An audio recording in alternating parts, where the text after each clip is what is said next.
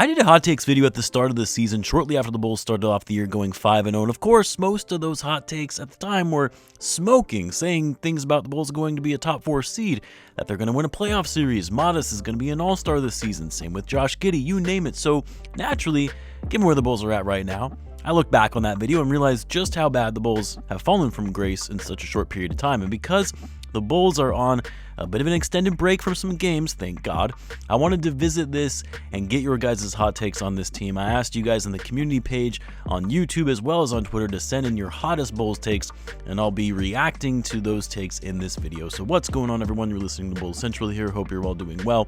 Now, I'll try and go through as many of these as I can and go through some of them rather quickly, as we did have over 80 submissions across both platforms, but I'll start with this one. We have more players with negative trade value than positive right now. If the Bulls are looking to compete, it will be near impossible to trade for a healthy star without including one of Coby White, Josh Giddey, or Modest Buzelis. The Bulls need to come to reality and embrace the tank. We have given them too many chances to adequately compete the last couple of years. I don't disagree that there are very few players who have positive trade value on this team, and yes, I think it's pretty obvious that if the Bulls did want to trade for a star, which I don't think will happen, but they would obviously have to move on from one of Coby, Giddey, or Modest, and it would most certainly be Coby White, as I don't see the Bulls moving on from Josh Giddey or Modest Buzelis, and I think it would be a mistake if they did. The problem, though, is that Coby's trade value isn't great right now. In fact, I would argue that he has negative trade value because he's only played in a handful of games this season. He's not playing well. Shooting numbers and efficiency are down across the board.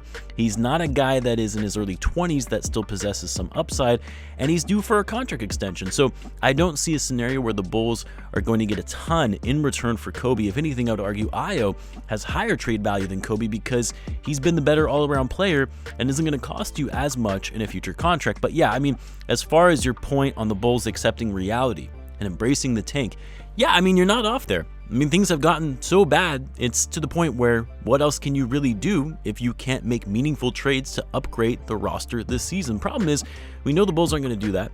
And then, of course, the other issue is it's almost in a way too late to tank because the teams below them in the standings are already so far ahead, if you want to call it that, in the tank race.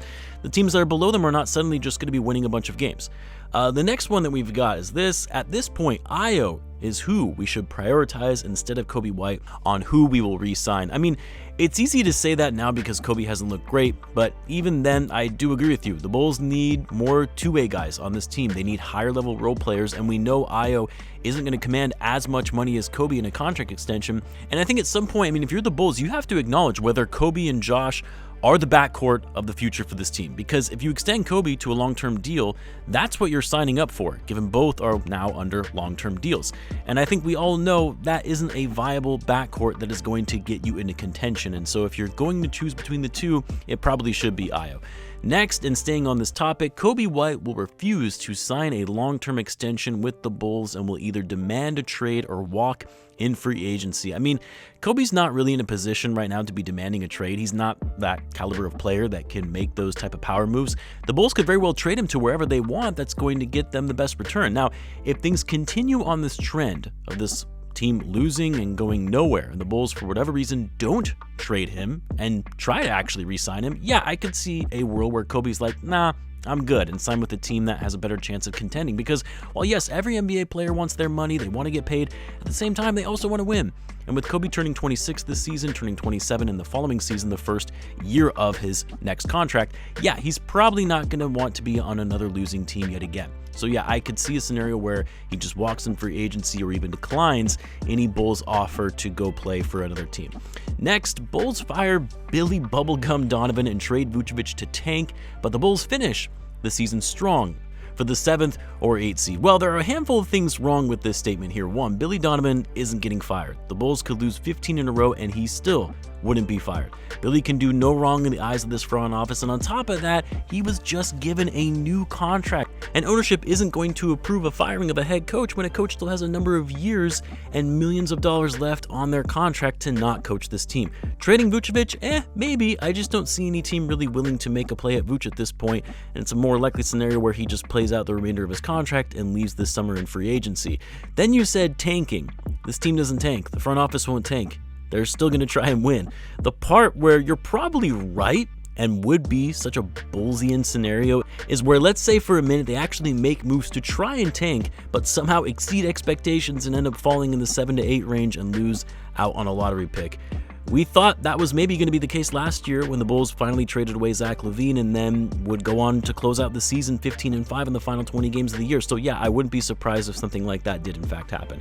How about this one? Less about the current Bulls and more of a sad thing about Bulls history. Vucevic is unfortunately a top 3 center in Bulls history, even with how mildly disappointing his time in Chicago has been. I mean, it depends on how you're defining greatness. First of all, Joakim Noah, Artis Gilmore, without question, ahead of Nikola Vucevic. Those guys are some of the greatest players in Bulls history, period, not even just centers alone. But then I also look at guys like Bill Cartwright, Luke Longley, who maybe weren't as good as Vooch from a stat perspective, particularly on offense, but they were both critical players in the Bulls' 2 three-peats back in the 90s who played their roles exceptionally well. And then what about Ben Wallace? Of course, the Bulls got him as he was starting to decline and was only on the team for a short while, but was second-team all-defense with the Bulls and helped the Bulls get back to the playoffs for the first time in a while. So yeah, I wouldn't say it's consensus that Vooch is a top 3 center in Bulls history, although I will say despite his lackluster performances of late, Vooch has been better than a lot of fans probably give him credit for. Always available, walking double-double, underrated passer. I just don't think I would put him in the top 3 in Bulls history. Related to Vucevic, this next one says Jalen Smith should start over Vooch. I mean, honestly, if Vooch is going to keep up the same level of energy we've been seeing from him, not giving 2 shits about playing any kind of defense, not fighting for rebounds and shooting like crap, yeah, I'm all in for Jalen Smith or Zach Collins for that matter to get the start over Vooch. Or if you're going to start Vooch because you feel like you have to, give more minutes to Smith and Collins coming off the bench, because we need guys who are going to bring energy, physicality, and toughness on the floor, and we're absolutely not getting that from Vucevic. Next, we've got this one.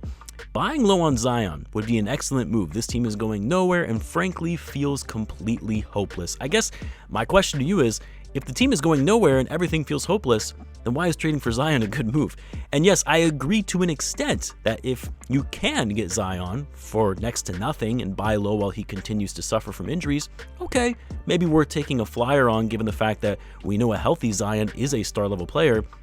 I'm not too psyched about his contract given he's going to be getting max level money for the next 3 years, but I do know there are a lot of stipulations in his contract that require him to hit certain weight metrics and play a certain number of games, otherwise the money isn't fully guaranteed. But if we're talking about a scenario where the Bulls really wouldn't have to give up anything outside of some of their expiring contracts and maybe a few second-round picks, sure, because the benefits, in my opinion, outweigh the risks. But if it means giving up any first-round picks, especially multiple first-round picks, then no, not worth it. It's just not worth it when we've been seeing nothing but inconsistent health from Zion throughout his entire NBA career. You should not be giving up future valuable assets for someone like Zion Williamson, especially when there isn't going to be a big market of teams willing to shell out a lot to get him. But I guess going back to what you said in the second part of your take, this team is going nowhere and feels hopeless. I feel like even a play at Zion where you buy low for him doesn't really put any sort of meaningful direction on this team or putting them on a better path than what we're currently seeing. He would instantly become the Bulls' best player in their roster. He would raise their floor, but even if he's able to stay healthy, does that really put them on a path to contention? I don't really think so. Next, Bulls don't win 30 games this season. They're definitely trending in that direction, given the massive losing streak and looking completely lost and dejected as a team. But really, I mean, outside of the Bulls truly embracing the tank and selling at the deadline, and say there was a major injury to Josh Giddey or Modest Bucelis, knock on wood, I still think the Bulls are going to win more than 30 games, because if the roster becomes whole again, the guys get healthy, they have the talent to string together enough wins that would get them over the 30-win mark. Like, we've done this whole song and dance before. Just when we think we're out on this team, we're over them, fire everyone, trade everyone, they bring us right back in and go on a winning streak. The Bulls aren't going to be good. They're not going to make any kind of playoff noise like maybe some of us thought they were when the season first started, but they will put themselves in a position to be good enough to keep us interested. That's the Reinsdorf special right there. Anyway, guys, I'm going to end it there for this edition of your Bulls Hot Takes. Let's see what this team can do come Friday after having a long break from playing. I'm not going to hold my breath, though, but let me know what you guys thought of some of these takes in the comments. As always, be sure to subscribe, and I will see you in the next one.